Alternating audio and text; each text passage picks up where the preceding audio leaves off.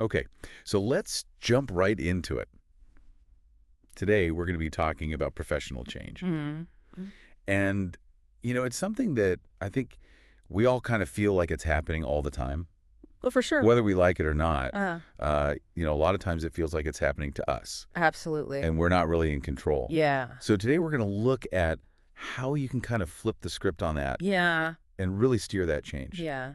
Absolutely. I think a lot of that overwhelmed feeling comes from being reactive, right? Yeah. So we want to help give you guys some practical wisdom and kind of put you back in that driver's seat of your career. Exactly. And today, we're going to be looking at some of the insights of Ephraim Inugbe. Okay. He's an author. He's a really experienced audit senior manager. Interesting. And so he's got all this experience in, identifying risks and implementing effective strategies. Right. And, taking all of that and applying it to sort of how to succeed in your career and how to get motivated. Yeah. I love that he brings that audit lens to personal growth. Yeah. It's like he's taking that framework of assessing your current professional landscape Totally. and strategically planning for the future. Yeah. So we're going to zero in on some really actionable principles Love it. from one of his LinkedIn posts. Okay. Okay. So the first principle is be dissatisfied with the status quo. Okay. Now, I know that might sound a little negative, Right. but, I think the real engine behind this idea is kind of powerful. So what do you think about that? Well, it's not about being negative. It's about recognizing that maybe where you're at isn't serving your aspirations anymore. Right. And he talks about having a strong why, Yeah. a compelling reason to want to seek out change. Right. Because if you're completely content, you know what's going to push you, what's going to motivate you to actually go through the effort of making a shift. It's like if you're, perfectly comfortable, Exactly. why would you get up and do anything different? Exactly. So it's about recognizing those areas in your professional life where you're feeling maybe a lack of fulfillment. Mm-hmm. Maybe you're just not as engaged. Mm-hmm. And that discomfort can be a really powerful catalyst. Yeah, and I think that ties back to the audit background, right? Totally. When you're doing an audit, you're looking for discrepancies. You're looking for those things that aren't quite right. The red flags. Exactly. And you can apply that same lens to your own career.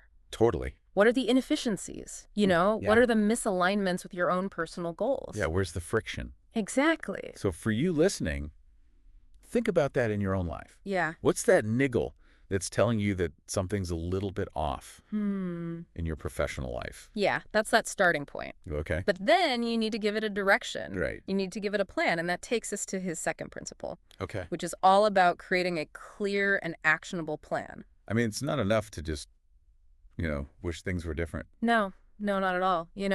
And that saying, failing to plan is planning to fail. Oh, yeah.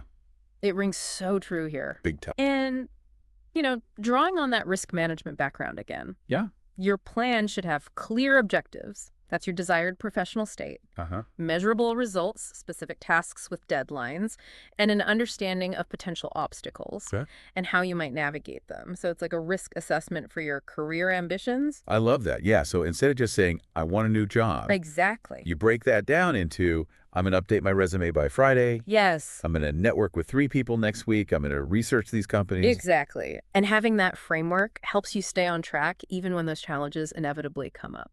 Okay, so what's one small action someone listening could plan today Mm-hmm. that would get them a little bit closer to one of their bigger professional goals? Yeah, that's a great question for everyone listening. And that leads us to his final principle, which is be patient and persistent. Ooh, patience. Yeah, That's a tough one. it is. It is. But I think essential for any real change. Absolutely. Yeah. And he stresses that significant change doesn't happen overnight. Right. Even when you have those clear goals, even when you have that solid plan. Yeah. Progress takes time. You're going to encounter setbacks. Yeah. And the key is to view those setbacks as part of the process. Okay. The resilience that you build, the skills you acquire along the way, they're invaluable. Yeah. Even if that ultimate outcome takes a bit longer than you anticipated. So it's kind of like any big project you take on, right? Mm-hmm. There are always these unexpected hurdles and hiccups that come up. Oh, yeah. And persistence is about, Yeah, not letting those completely knock you off. exactly. Keep going. Keep pushing forward. So, NEWB suggests that this whole journey itself Yeah. can be transformative in ways you might not even expect at the beginning. And I think what's really key is how all of these principles work together. Yeah, how they all interlock. That dissatisfaction sparks the need for the plan, Right. and then that patience and persistence are what allow you to execute that plan over time. It's like a recipe. You've got to have all the ingredients. Exactly. Okay, so to sum it all up, Yeah. Ungigsby's message is this change is going to happen anyway, but you can either let it happen to you Mm-hmm. or you can proactively engage with it and use these principles Yep. to really empower yourself for long-term success. I love it. And he leaves us with this question. Okay. What's one change you're ready to make today? That's a powerful call to action. It is. It's a big one. It Yeah. really prompts you to start thinking and even taking that first step. Yeah, even if it's small. Yeah. So Yeah. as you go about your day-to-day, I want you to just ask yourself, how could applying even one of these principles, Mm. whether it's honestly assessing your dissatisfaction or outlining one tiny action step Right. or committing to just, a little bit more patience, Yeah. how could that start to kind of reshape your professional path? I love that. It might be the most pivotal question you consider today. For sure. Thanks for taking this deep dive with us. Yeah, this was great. See ya. Bye.